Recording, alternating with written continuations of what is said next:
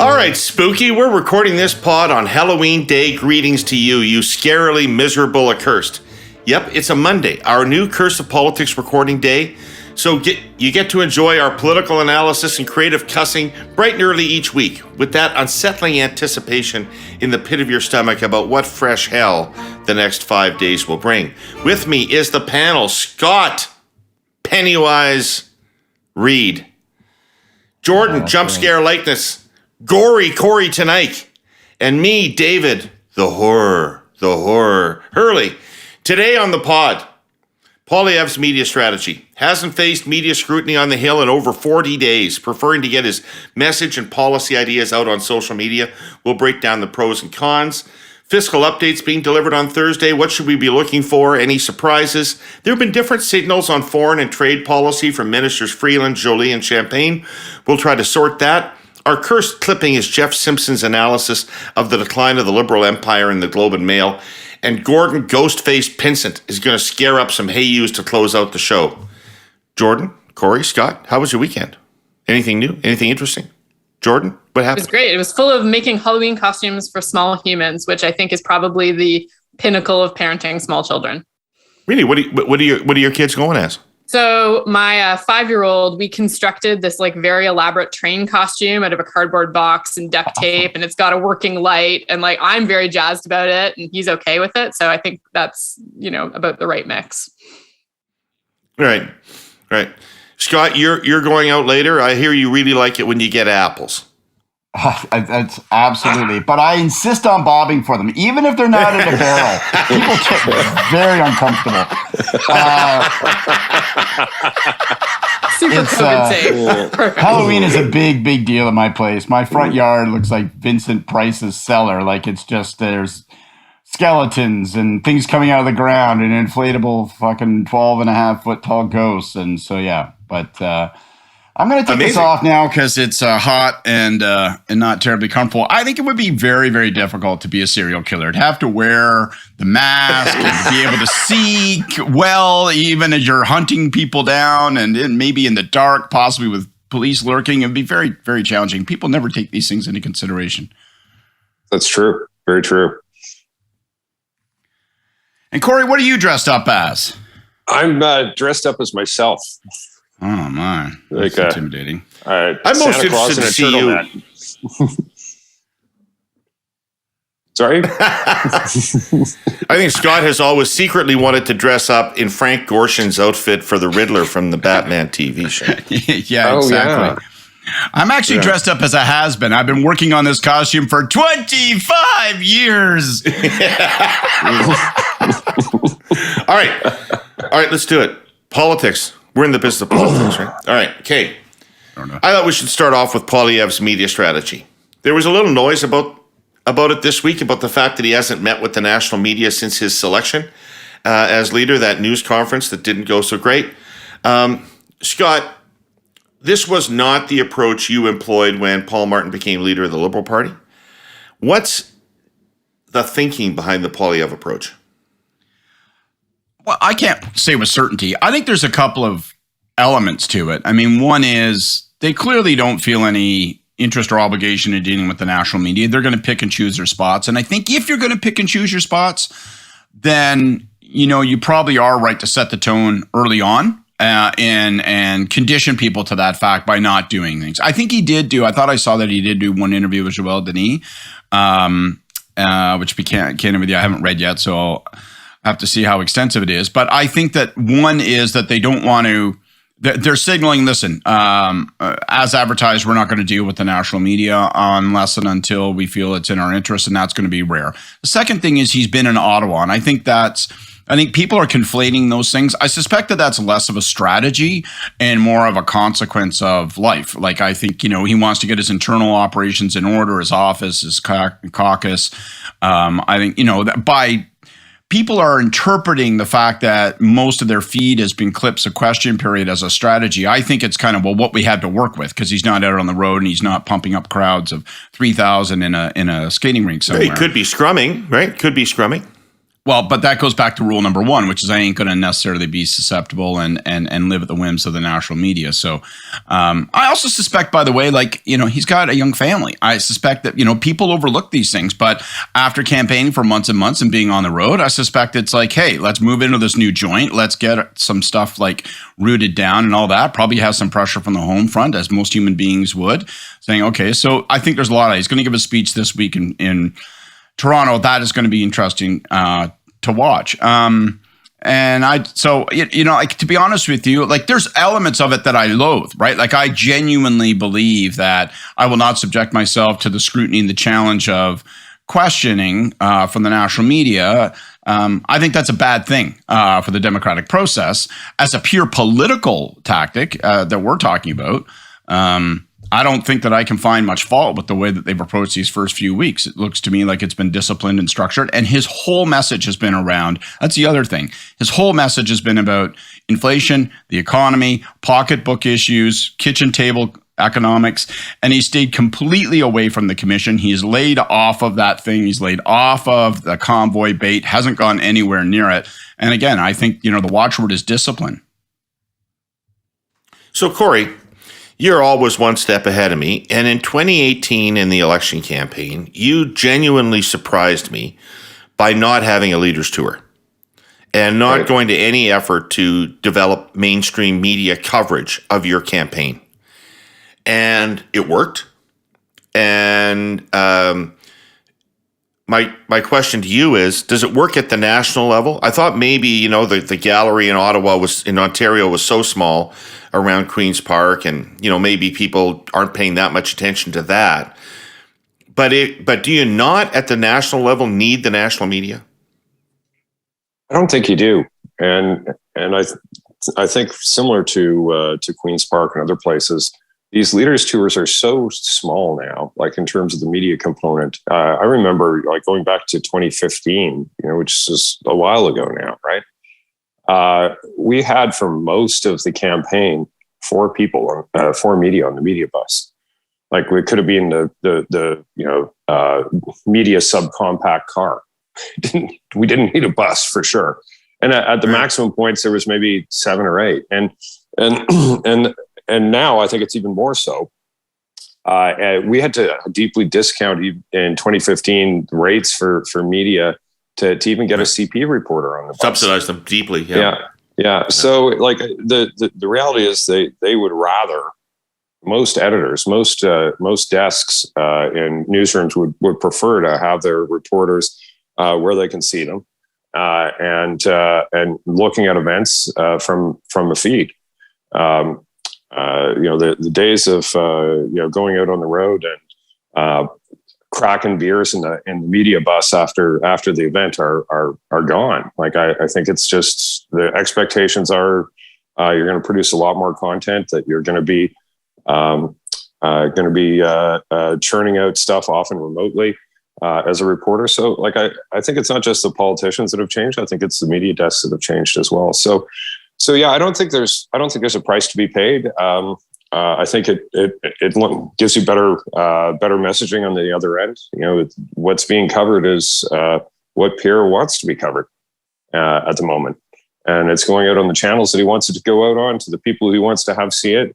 If he were going out and doing a scrum every day, why even bother showing up in the House? That's not what they're going to cover. They're just going to cover whatever shitty gotcha question they want to throw out that day. Jordan, what's your take on this?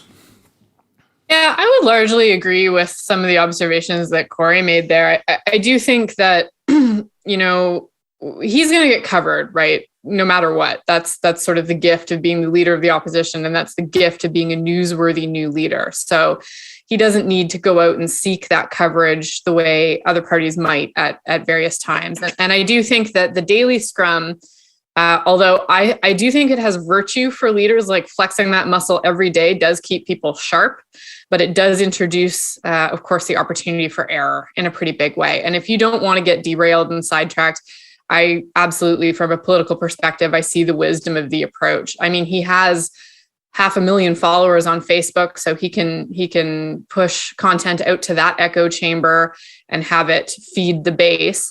But I would watch over the long term, because I do think it is about balance, right? At a certain point, more mainstream Canadians are going to need to see him on the evening news. And so I think that they will have to keep an eye on that. The echo chamber of social media, I don't think is going to get you all the way there. Can I add one last thought? And it's an old man's lamentation, if I can. And there's nothing to dispute here in everyone's observation, particularly Kory's observations. But,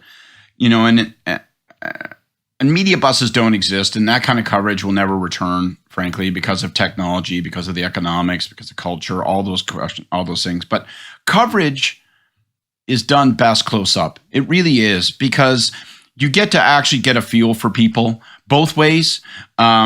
If we sometimes express alarm as observers of the political process that, politicians treat media as the enemy and media treat the politicians as enemies, well, that's easily done when you're at a distance, when you've never been forced to connect with someone on a personal level, or imagine them as a parent, not just a political talking dummy. And so, there is still a quantifiable chemical thing that is lost when we sit in front of computer screens hundreds of miles apart and declare judgment on one another. It's not as fucking good.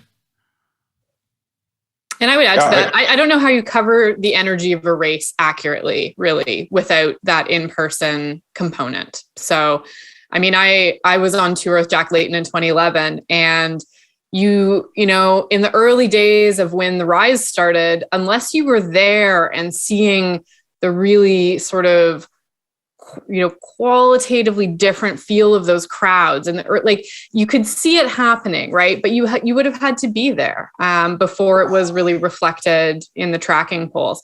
And so I do think you lose that when people aren't there in person.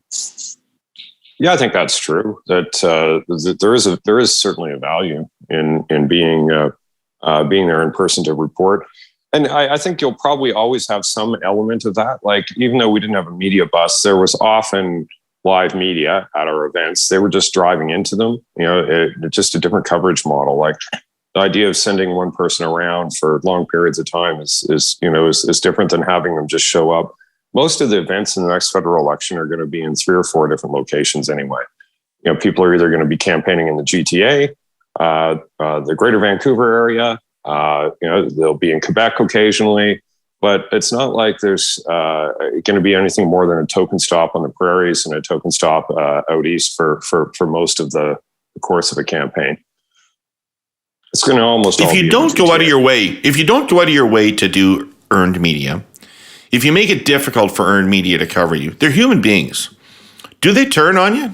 Do they? Does it affect their coverage of you? That it depends on the expectation. It depends on the expectation. Increasingly, the expectation is that it's going to be remote coverage. Like, I think far more so in the Ottawa Press Gallery, because they have a daily expectation of being able to grind away at politicians, but. I think he's done himself some favors by setting the rules of the game from day one.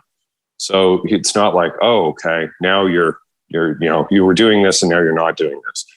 Like, I think he's setting the terms of the relationship right out of the gate. So there isn't some sort of surprise like, oh, we're now in a campaign and you won't talk to me anymore. Or now you're in government, you won't talk to me anymore. I think that sort of change in approach really, if we think back to the early Harper days where there was a lot of acrimony with the media around these sorts of process issues, I think a big part of it was just the change in rules. Like, they had become used to one thing with him, and then it changed when he became prime minister, and it was a jarring experience for some in the media. It's bad for politicians too. Like, it's bad for ministers to not have to scrum. And I know it's an unpleasant, miserable experience, and often it's unrewarding. Like, even when well done, it doesn't necessarily yield much. And it increasingly yields little because it goes into a pipe that appears to be attached to sweet fuck all. So that's all of that. But it actually forces you to be able to speak on your feet, to respond in a non-programmed fashion, to show some wit and understanding of your files and your political circumstance and how people actually hear and listen to you. So it has a disciplining and honing effect that I think you can sometimes notice has been absent. I think you see his skills deterioration as a consequence with some of these people that are in cabinet, because they spend all their time in boardrooms to people that have written them briefing notes and say, yes, sir, yes, ma'am, rather than getting the challenge function presented. I am emitting far less gas, Hurly-burlyites. Carbon, I mean. What did you think I was talking about? I'm driving less, taking my medical and most of my other appointments online, doing almost all my meetings online. You may remember back in the early days of the podcast, we all gathered in a studio, 7 or 8 people traveling, ordering food and drink, which in turn had to travel to get to us. My story is similar to yours, I bet. We've undertaken, or unwittingly undertaken, our own personal climate action plans, thanks to expanding digital connectivity. But in terms of what this country is capable of, it's just a start. This is what we'll be banging on for the next few weeks on behalf of our presenting sponsor, TELUS. One very important tool needed to meet our long-term climate and sustainability goals, including our GHG targets, is long-term digital planning and policy solutions. Because digital policy is climate policy. Here are 2 current facts about Canada. We have really high-quality telecom networks, and we also have really high GHG emissions per capita. But if we focus on expanding digital access and adoption, we can reduce our GHG emissions by up to 20%. That's 40 to 60% of our Paris targets, according to an independent report from Farpoint. As it stands now, digital policy isn't even hinted at in the climate action plans of any G7 country, including Canada, which TELUS optimistically reads as this: by fully embracing digital policy as climate policy, Canada can lead the entire G7 and OECD in climate action. It's a pretty enticing prospect, wouldn't you say, Hurly-burlyites? If you want to learn more, including how to support this kind of thinking, go to telus.com/digital policy for climate. All right, good enough. Let's move on to our clipping of the day. Our clipping of the day comes to us from columnist emeritus Jeff Simpson. For a long time, Jeff occupied the best piece of media real estate in the country at the time, the lead columnist for the Globe and Mail. He also wrote one of my favorite books on Canadian politics, The Discipline of Power. Anyway, on the weekend, Jeff writes the following, and it's a long article. I can't do it justice. You'll have to read it yourself. But he writes the following. Many Canadian voters remain somewhere in the broad, fiscally prudent, socially progressive, proud of country Canadian mainstream, which is where the Liberals used to be anchored. These are the voters that the great Liberal strategist of the Pierre Trudeau era, Keith Davey, used to call garden variety Canadians. There are many reasons tied to the day-to-day decisions and crises that chip away at a party's support, and all parties evolve. They shift positions according to expediency, the challenges of the time, the priorities of the leader. No party in 2022 would run on the same platform as 50 years ago. That today's Liberal Party is not the same as it was under Pierre Trudeau, let alone his predecessors, is not surprising. But there are traditions and outlooks that go beyond the turmoil of the day that cause swaths of the electorate to see themselves and their interests and regions reflected in a particular party, and so tend to support it election after election. Justin Trudeau, quite apart from this or that decision, has decoupled the Liberal Party from some of its historical moorings and is paying the political consequences. These moorings, patriotism and respect for Canada's past, a balance of fiscal prudence and social priorities, defense of a strong central government, a bridge between English and French speakers, define the Liberals in a positive way for millions of Canadians. Liberals always had their critics on the right and the left, as is the case today, but the party, more than the others most of the time, anchored its appeal in a strong sense of Canadian pride, spending where appropriate but not excessively, defending Ottawa against provincial demands for more autonomy, and reflecting the country's linguistic duality.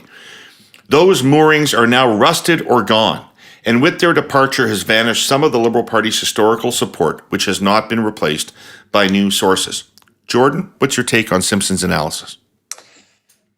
So I think he gets the problem right, for sure. He's pointing to a really demonstrable slide in Liberal support over the last few elections. But I don't buy his diagnosis. I think the lament for a bit of a simpler time in some of these things doesn't quite hit the mark. I think there are three things I would say I see as contributing to this. And the first does touch on bridge building, as he mentioned. I think that when the Liberals really gave up on the idea of being a truly national party, including representation on the prairies, including representation in rural areas, internally that creates a lot of really problematic dynamics, because you don't need to wrestle with the issues of the country in a really authentic way within your own caucus. You can divide those, you can polarize, and you can use that to try to get ahead. And I really think we did see this coming out in spades in the last campaign. And while that is an electorally convenient strategy, I think it's a pretty dangerous one for the country in the long term. So that's the first piece, is I think abandoning that role as bridge builder. The second piece is I think, it's the economy, stupid. Like, this is really also about the fact that inequality is deepening. People can't get ahead. Those garden variety Canadians can't afford homes anymore. They don't think their kids are going to do better than they are. And they're busy trying to work two jobs in order to make whatever rent or mortgage payment they have. So that deepening inequality leads to my third point, which is the Liberals also suffer because they're the face of government in Canada. And this is a similar problem that the Democrats face in the US often. They're the face of a lot of big promises made to Canadians and a lot of issues that have gone unaddressed. And I think that for a lot of people who are staring down a really, really uncertain future, that feels like a betrayal, and it doesn't feel like something that they want to enthusiastically vote for. So I don't think it really has very much to do with a Liberal lack of patriotism or anything like that. And I don't think it's because they went after women voters. I think it's because they're not responding to some of the fundamental divisions that we're seeing in Canadian society right now. Right. Kory, what did you think when you read this? Well, what did I think? I don't know. I think that Jeff is making macro point about what he perceives as the Liberal Party's failings and changes, but I think it's a macro view. It's not. It's made up. It's comprised of very different problems in very different parts of the country. Like, I don't think the Liberal Party has a huge problem in Ontario right now. At least if it does, it's not obvious to me in the research. They're doing less badly and closer to what I think Simpson is laying out as their traditional area. I'd say the same in Atlantic Canada. I think there's two areas where they, and I'd also say the same in British Columbia. Frankly, it's not as bad for them there as it is in other areas. But they have a real problem on the really prairies. Never historically been stronger in British Columbia. You have to actually say that. Yeah, and I think there are reasons for that relate to Trudeau personally. Like, I think when he says that he views himself as much from British Columbia as he does from Quebec, I think that's a genuine statement on his behalf. And I think it comes across. I think he has an understanding of the place out there, especially the coast, maybe not the interior so much, but, Kamloops has always looked more like Calgary than it has like Vancouver. So, but there's a real problem in Quebec as well. And I'm not sure that you can lay that one at the feet of the Liberal government in the same way that you can the problems they have on the prairies, which are not new. His dad was the most hated man in Western Canada until Justin came along. But so I'm not sure it's changed that much. There's he points to some things like there's only one Liberal government in power provincially right now. Well, it wasn't that different on the Conservative side by the time Harper left office. That happens. That's cyclical. That's cyclical. So things are never as bleak as people say for the Liberal Party, and they're maybe never as preordained as they say either. Like, there's a lot of lamentation about the state of the Liberal Party of Ontario. But if they got a good leader in place and did a little bit of legwork, I think they would be back, because not necessarily as government, but not in third party status, and maybe as a party again, because it almost got there this past time. But the overall brand, when you test just the brand, it's still the strongest testing brand in the country for politics. Like, at least in every poll that I've done of late in the province of Ontario, the brand tests very well still to this day. So, I think Simpson's overstating it a bit. Certainly there are problems with the Liberal government right now. I think they're directly attributable to problems with Trudeau's leadership on a personal level. and problems related to having been in government now for long enough that the enemies have accumulated. Scott, I think it's interesting that Jordan and Kory dismissed this article largely, and its critique of the current version of the Liberal Party. Yet when I read it, while there was a lot in it I thought didn't really address the problems he was talking about, and while there was a lot in there I might have thought should be more nuanced, it did strike at some fundamental truths for me. Yeah, funny, eh? We're the two older white liberal folk on the panel. Funny how that. And so this kind of does rub my corduroy the right way in a few spots. First of all, it's nice to see Jeff Simpson back with a pen in his hand. I like that. But yeah, like, so first, just, as a nod to Kory and Jordan, like, a lot of this, you do say, hang on, wait a second. Some of this is not just circumstantial. Some of this is cyclical. Some of these very same arguments were made in Justin Trudeau's father's time about the Liberal Party as it existed under Pierre Trudeau, and how it had abandoned the traditional model and all of that balance, and it had forfeited its role in large parts of the country, particularly the West, that it didn't have an economic program and policy, that it had gradually eliminated strong business liberals from its from the center of government, all those kinds of things. But two things resonate with me in particular about it. One, when he makes the point that the Liberal Party has pretty consistently for 100 years or more stood emphatically and defended emphatically the national idea, that gets uncomfortable for a lot of Liberals when you see, and let's not underestimate the political problems of Quebec right now and how challenging it would be to challenge Legault. But that seems to be a well-founded critique, that not challenging this autonomy argument or not challenging it to this point now makes it that much more difficult to turn and wheel on these arguments, as we're going to have to do, as the Prime Minister is going to have to do, presumably, when you see Saskatchewan, Alberta, and not just Quebec. The second thing that really resonates with me, and I think it's probably really insider stuff, and maybe it's lame, but I think it's going to matter a lot, and that is the absence of competing spheres of power. That in his father's day, there still were regional ministers. There still were other spheres politically within the party, politically within cabinet, and also within the government. Foreign affairs was its own source of power and competition and voice. Finance was its own source of power and competition and voice. We know certainly that was true in the Chrétien era, which we were part of. We knew that we were a power and a force at finance. We knew that Lloyd was a power in finance in terms of social policy at human resources. And so that has been lost. And that speaks to the ahistorical nature of this government, that you sort of look at it and you go, God, it feels like it's Trudeau's party and all that preceded it doesn't exist. And the only asterisk I would place on that is we're in such a weird time. Almost all of the political parties are ahistorical, right? And if you look at the NDP, in some ways you can make that argument because it's abandoned. It's had to reform itself around something other than its traditional business and prairie roots. So that is gone. The Conservative Party, Labor. What did I say?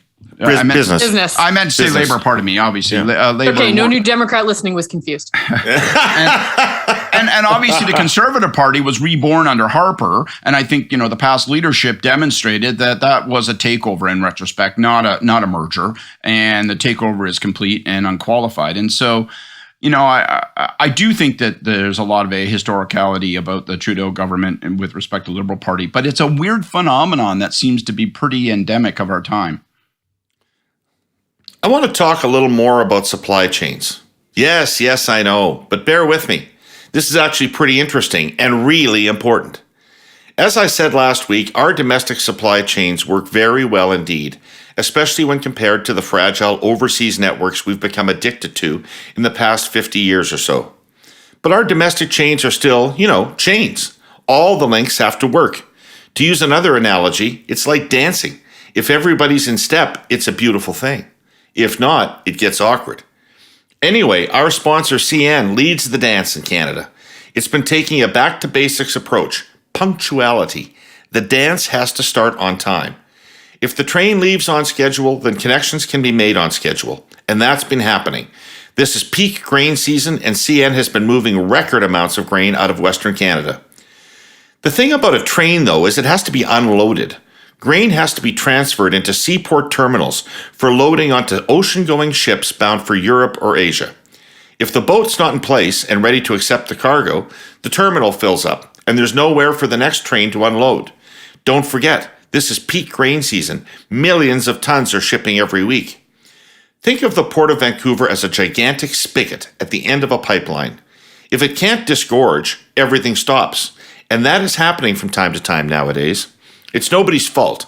Sometimes ships are delayed by storms at sea, and Vancouver being Vancouver, it rains from time to time, and for reasons that should be obvious, you cannot load grain in heavy rain. For the record, CN is moving grain as fast as the supply chain can digest it. Does Canada need more terminals and container capacity? Oh, yes. Yes, it does.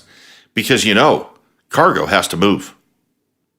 Well, none of you talked about one of the things that really struck me, and I've mentioned this on the show before, and I'm one of those sophisticates that Jeff Simpson refers to. Amazing, that I'm a sophisticate. I'm one of those sophisticates that used to cringe a little bit. We were thugs 30 years ago, and we're sophisticates now. I know, that's how much politics has changed, because I haven't changed at all. But the Liberal Party used to talk the country up. His point about it being the party of Canadian patriotism. We had assumed the colors, we'd assumed the iconography of Canada inside the party. And we were the party of Canada. And we talked up Canada. Canada was a great country that could always be better. And this government does not talk about the country that way at all. And I don't mean it as a communications thing. I don't think they think about it that way. And they give people the impression that they think it's not a great country, that they think it's a racist and misogynist genocidal country that needs a fuck of a lot of change before anybody can look themselves in the mirror. And I don't think that works politically. I really think that's where his column did hit the nail on the head in terms of a big change. I'm glad you brought that up, David, because I think that's true, and I think it is out of character. But I think it's in keeping. I think there's a lot of political idealization of the Obama administration in the early days of this government, and I think they both share that in common, because I think Obama was the first American president that talked down the United States a little bit more than any of his predecessors.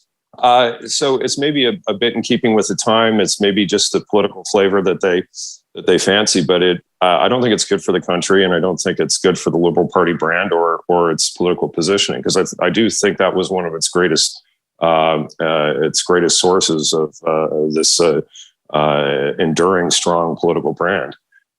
It was people want to be proud of party their of the flag. Yeah, I think most people do, and I think most people are. And he points out, I think rather correctly, that it's not that there aren't things in every country's history that one shouldn't be proud of, or that could stand having a second look under a different lens. That's fine.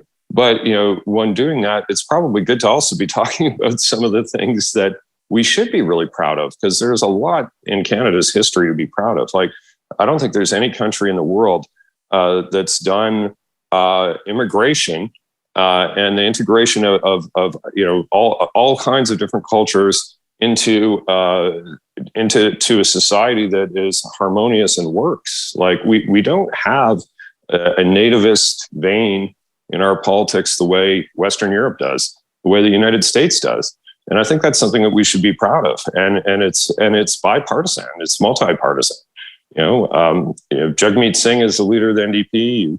We've had in 2011 and most recently in our election here in Ontario, the Conservative leaders getting the majority of visible minority vote, a new Canadian vote. Like, So it's something that's not associated with one party and not another. It's a source of unity in the country.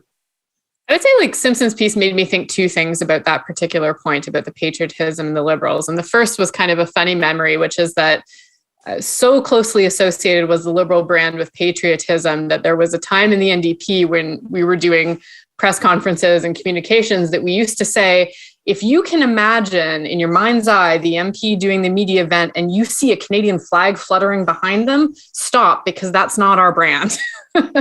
Right. That's you're stumping for the Liberals.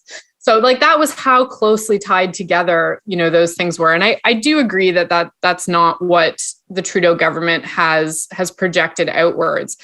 I don't think the fault is necessarily in the apologies for historical wrongs. And I think, if you'll come with me on a bit of a tangent, I do think that skilled politicians are able to hold those two things. And, I think about people like Willy Brandt, right? In Germany, 1971, he goes to the Warsaw Ghetto Memorial and falls to his knees before it. And this was a defining moment, for Germans wrestling with their history. And also for Brandt as a politician, rehabilitating the image of Germany in the world.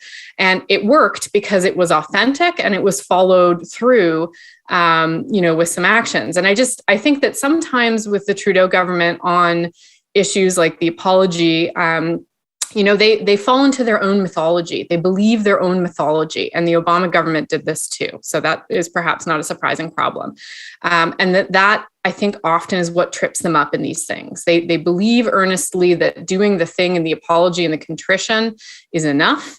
And that the sorrier they are, the more people will believe them. But I don't think that that's really what most Canadians are looking for. Canadians are practical people. They want to see a problem addressed, and then they'd like to move forward together. And I think we're just missing that second piece. Scott? Yeah. Well, I agree with all of this. It's a perplexing thing. I think that I think it would be a mistake to imply or infer, as some might from this discussion, that the Trudeau government is somehow lacking in patriotism or any of that stuff. I think what happens is there's a volume issue. What do you hear most and most often? You hear the apologies. Brandt didn't apologize 20 times to 30 groups, right? He apologized, once in dramatic terms for the, like a unimaginable horror. And I think, it's hard for me to sit here as a 54-year-old white guy and say, well, I'm going to pick and choose which one of the apologies, which of the apologies that Trudeau has given that I think are undeserving. But the accumulation and the volume of them lead you to that, and you hear less.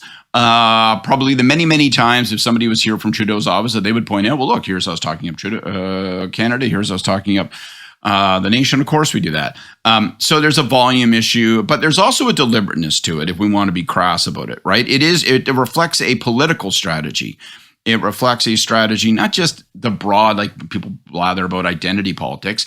It's a slices strategy. It's a data strategy. It's okay. So, there are 4% of people who care most emphatically about this. So we're going to apologize, and those people will hear us, and then we will send them notes and emails and possibly fundraising requests, and that will remind them of our connection on this issue when we will be first place in their hearts. And then we're going to do it again, and we'll do it again. So there is and I'm not undermining the sincerity of the apologies or the questioning the authenticity of the effort to reconcile on, but I think there is also a deliberateness to it, and it reflects this phenomenon that we've all talked about that dominates contemporary politics, which is that it's very data-driven, it's very slices-driven, and I think that that's why a standalone observer might not hear or see a lot of the Vive la Canada stuff that you couldn't avoid for decades. Well, a couple other points on this. Harper made a number of apologies too, but they were not, viewed for that reason, where there's, not a balance in it. It was Harper who actually did the residential schools apology, to remind everyone. and also for internment of Japanese citizens during World War II. Like, so, he did some as well. It's just, it doesn't stand out within, his administration, because it was cross balanced with, a lot of efforts to highlight parts of Canada's history. The War of 1812 anniversary happened during his term. There was a lot that was done around those kinds of questions and pointing out some of Canada's history. So there's a lack of balance in it. But the other thing I think with the apology stuff that is jarring for a lot of people, at least it is for me, is this government is more hesitant to apologize for things that it has clearly gotten wrong than past administrations. They're less likely to fire a minister than Chrétien, or way less than Mulroney. They're less likely to say their story. Like, he can barely utter an apology for doing blackface, God knows how many times. Can't even figure that one out. SNC Lavalin, still waiting for the apology on that. Like, there's, there have been some cases where, the government has clearly stepped in a big cow pie, and they just keep on walking and pretend that smell on their shoe is just your own imagination. It's not in keeping with reality. And so I think it's like, you want us to apologize for something that happened, 100 years before I was born, but you won't apologize for what you did last week. Seems a little odd. A skill shared by the Harper government. Would be remiss to not point that out. Many governments. No, we were in. So I'm just gonna wrap this up by saying out there to Liberals, it's easy to want to dismiss this column, and there's a lot in it that you should take with a grain of salt. Things have moved on from both Jeff's and my time, and a lot of the peculiarities of current politics may not be the same as they were back then, and etc. But if you don't think the Liberal Party is more ideological and less centrist than it was, you're wrong. And if you don't think the Liberal Party is less associated with Canada and Canadian patriotism than it was, you're wrong. And if you don't think both of those things are political weaknesses, you're wrong. So there you go. Jeff Simpson, thanks for writing. So, you're fast becoming expert on some of the issues surrounding Canada's shipping container capacity. Maybe not what you expected when you came to this podcast, but hey, knowledge is cool. What you learned in our first ad from our sponsor, the Vancouver Fraser Port Authority, is that we don't have enough of it. Capacity, I mean. And that we're all feeling the impact of increasing supply chain challenges. So, the Vancouver Fraser Port Authority is proposing to build a brand new marine terminal for shipping containers at the Port of Vancouver. Roberts Bank Terminal 2 is the official name for it. Because business and trade needs will continue to grow in Canada, and these marine container terminals link our businesses, large and small, to the global economy. Otherwise, as our ports continue to fill, and at the Port of Vancouver, that's where this is heading fast, Canadian businesses and our trade partners will look to U.S. ports to move their products, which means they might even have to truck them to and from Canada. One, that's a blow to our nation's trade sovereignty. And two, when lack of container capacity combines with that kind of inefficiency, costs go up. Either they're absorbed by our businesses, many of them small or mid-sized, or passed on to the customer in the form of higher prices. Neither is a good option, especially in an inflationary environment like this. I mean, why make a bad thing worse when you don't have to? Building Roberts Bank Terminal 2 will bring another container terminal operator to the Port of Vancouver. That means more competition to help make the cost of goods more affordable for Canadians, a stronger supply chain, more of that critical capacity I talked about, and protecting trade sovereignty for Canada. And frankly, the Vancouver Fraser Port Authority is a trusted partner of government, business, Indigenous groups, and local communities to get it all done. So, economy. Lots of news going on this week. Leaving aside another rate increase from the Bank of Canada, which was probably more important to Canadians than anything else that happened in Ottawa this week, we have diverging theories about foreign affairs and trade emerging from the cabinet. Freeland gave a speech that was heavy on friendshoring, creating trade and economic alliances among military allies.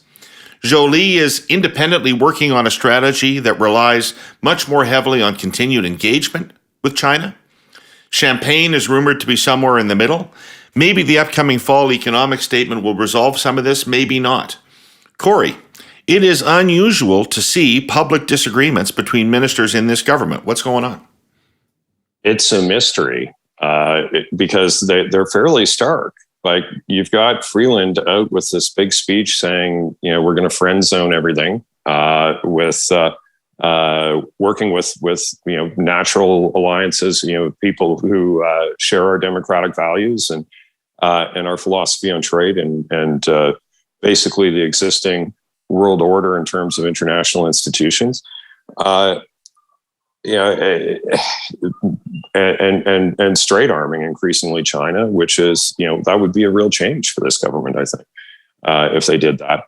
You have Joly, I think, is actually articulating something more closely aligned with where this government has been over its history to date.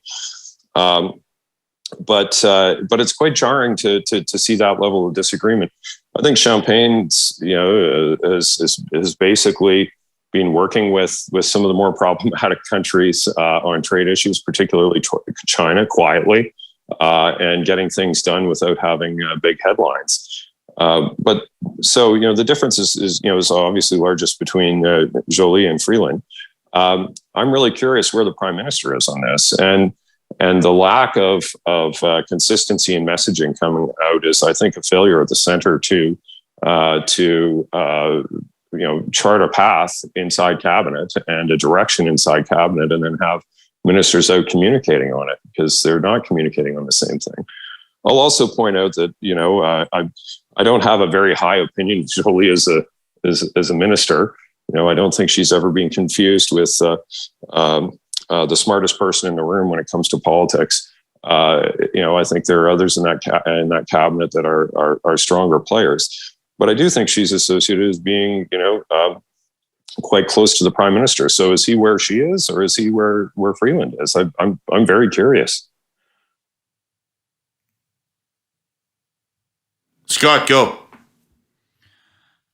Well, I'm not going to lament 4 seconds ago the absence of competing spheres of power and substantive disagreement and collision of views on important matters, and then say, my God, I can't believe all this chaos that they're permitting to go unbridled. Why isn't the center clamping down on this? I like this debate. I don't know how real this debate is. Most of it right now is based on an explicit speech by Freeland and phantom rumors about what Joly may or may not bring forward. So we'll see.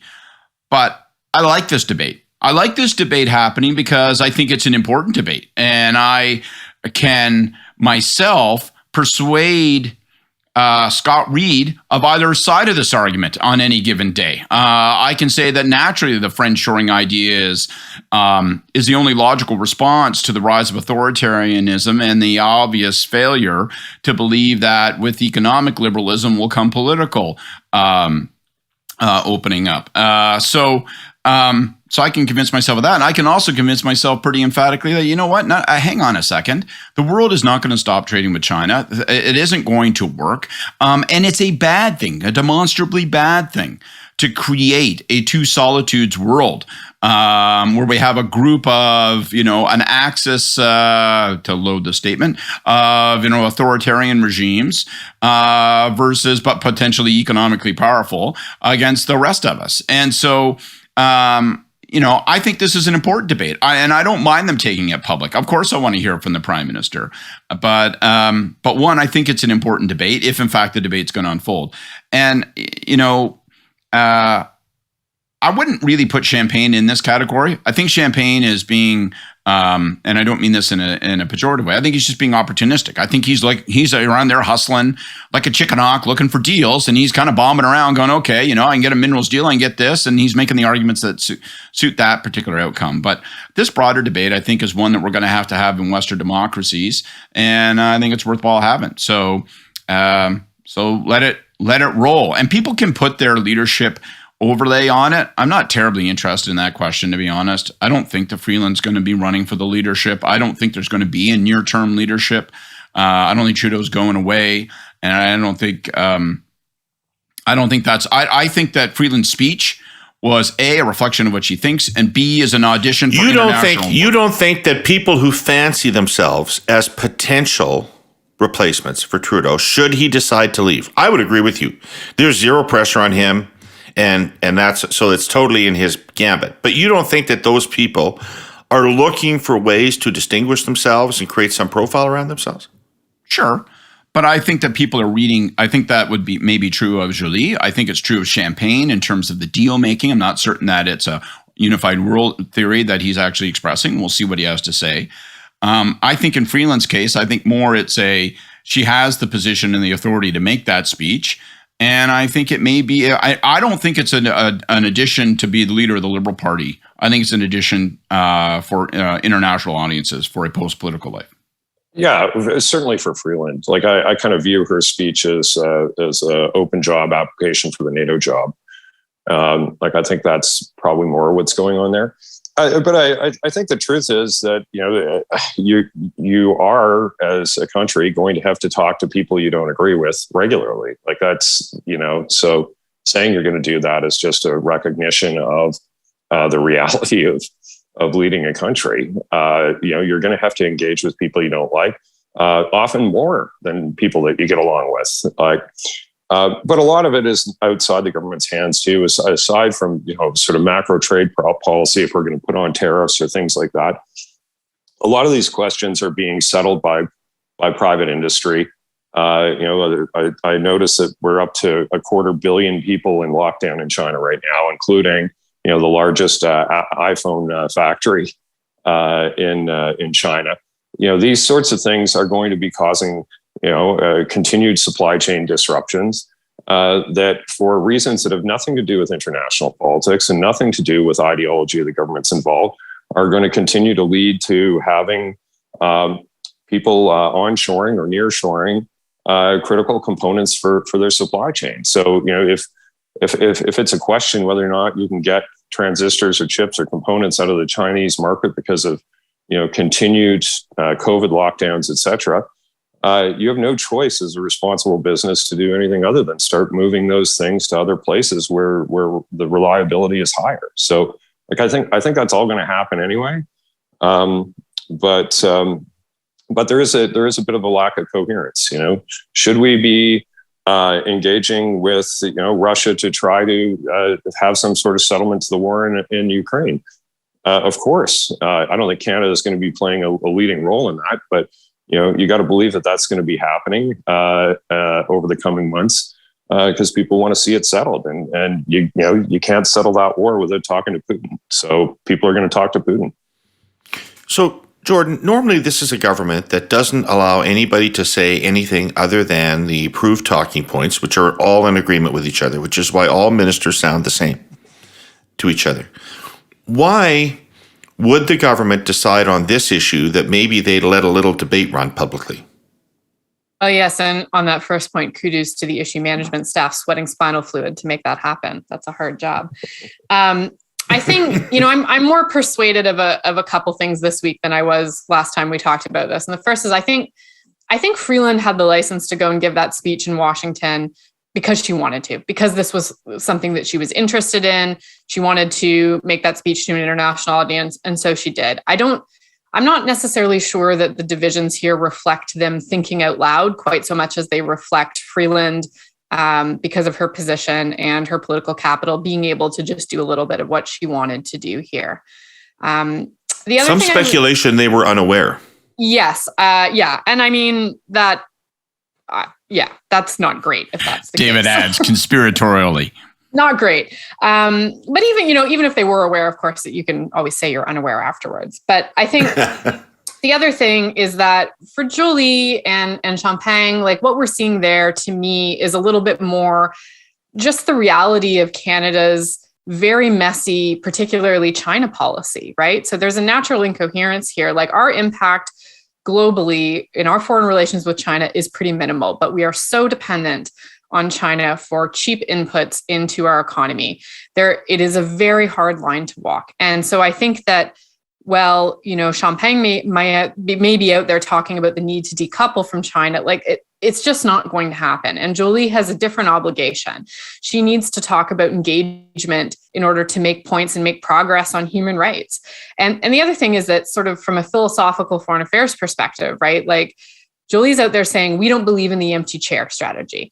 And that's also a break from the Harper government, right? Where there was a real period there where the Harper government sort of positioned diplomatic engagement as some sort of a reward for global good behavior, which Liberals don't believe that is the case. They believe fundamentally that you need engagement in order to achieve some results. So for me, it's not Jolie's line is not really surprising, and Champagne's line is not really surprising. And the fact that they're not necessarily the same, I think, is just a reflection of the natural awkwardness of the fact that Canada hasn't really defined a China policy, and we're just reactive at this stage of the game. Well, I can't let that one go by without pushing back a little bit. I think the Harper approach, and I think the correct approach on these when it comes to international engagement, is to avoid the approach of having your entire foreign policy tied up in your next application for a rotating seat on the UN Security Council, and where you pervert all of your policy, often on values issues, to try to curry favor with anti-Semitic nations or their anti-Semitic impulses or other things, to try to win support. And I don't think sitting around the UN Human Rights Tribunal getting lectured by the largest human rights abusers in the world is something that makes sense for Canadians or for Canadian foreign policy. In that, both Trudeau and Harper were united in failure. So, well, in not getting on the Security Council. Well, I don't think that's a failure.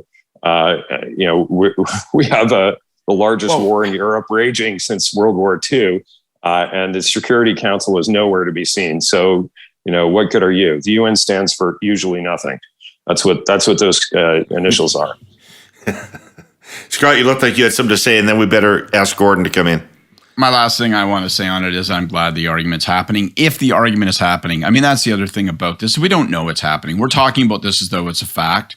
She hasn't brought forward the paper. We don't know if the paper is going to be brought forward and stamped official Trudeau government orthodoxy, and that'll be that, and the debate is settled. We don't know. But I hope they're having an argument. I hope they're permitting some discussion. I hope they're going to say, you know what, this is a question that's big enough that we're going to allow people to kind of argue the nuances and the ins and outs of it, because it's not as simple as just like one big cut and dry decision. All right. To wrap things up today on The Curse of Politics, where is Gordon Pinsent? Ladies and gentlemen, please return to your seats. The Hey Yous are about to begin. All right. Jordan, you want to go first? Sure. So my Hey You today is going out to the Red team, to the Liberals ahead of the fiscal update. So you guys have maybe a bit of a spending problem, I've heard. But the good news is that there is a solution available to you. And it also is a solution that's in the confidence and supply agreement. I hope that you will get busy on taxing profiteering corporations, particularly grocery chains, making money off Canadians. This is great. You're going to raise some revenue. You can pay for some new programs, and it's going to help the relationship with the NDP. So don't miss your moment. Hang the rich, motherfuckers! You said it. Kory? Well, I'm going to throw my Hey You out to my friend Scott Moe in Saskatchewan. For those following Saskatchewan politics closely, as I know you and I do, David, they had a throne speech this past week and was largely focused on crime and the creation of a provincial marshal's force, sort of the first step towards a independent police force for the province. So some big news things, largely in that law and order area. And one of their backbenchers, Lyle Stewart, decided to invite Colin Thatcher to said throne speech. So inviting the most high-profile spousal murderer in the province, if not the country, seems like a really bad move, and it ended up soaking up a whole bunch of the coverage of what was a pretty substantive throne speech. So my Hey You to Scott is, hey you, when you have somebody that politically stupid in your caucus, you should probably throw them out. That's what I would do, probably very publicly, probably very meanly. And as a sign to the rest of caucus that if you're going to do really, really stupid things, there is a consequence.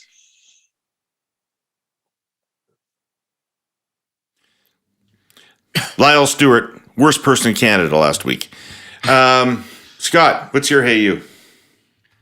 Well, because I want my hey you to be heard, I'm going to return to my supernatural clown demon. My hey you goes to Christopher Freeland. Don't tell me you're not taking this seriously. I'll put you into a sewer if you're not listening to me, people. Listen. My hey you goes out to Christopher Freeland as she prepares her fiscal update for this Thursday. Look, you guys have never used the fiscal update to strategic advantage. I know that everybody hates the old timer who sits around and says you're not doing it the way we did it and therefore it's wrong, but you're not doing it the way we did it and therefore it's wrong. For Christ's sake, use the fiscal update in these times more than any other. For the love of Pete, use it to tell a story, to set some tests you will pass, to establish a program that will manifest itself in the budget and set priorities. Use it to set some traps for the opposition. Build a story. This is chapter 1, the fiscal update. The concluding chapter is the budget, and the in-between is the story you want to tell of yourself, your priorities, what you're trying to achieve, and how that's better than everyone else. For the love of God, use the fiscal update to your advantage. Don't just piss it away, making a bunch of promises that will be broken by April. Don't. Use it. We all float down here. All right, mine is a little less substantive than that. My hey you goes out to if Lyle Stewart was the worst person in Canada last week, worst person in the world this week was Elon Musk, and among your other glories this week is you tried to undercut. As soon as you took control of Twitter, you tried to undercut a point that Hillary Clinton made about the attempted assassination of Speaker Pelosi. And I just can't believe what's going on here. I can't believe people are even talking about Paul Pelosi. The reality is that if the Speaker of the House of Representatives had been home, she'd have been murdered. She'd have been assassinated. And this is a massive fucking development.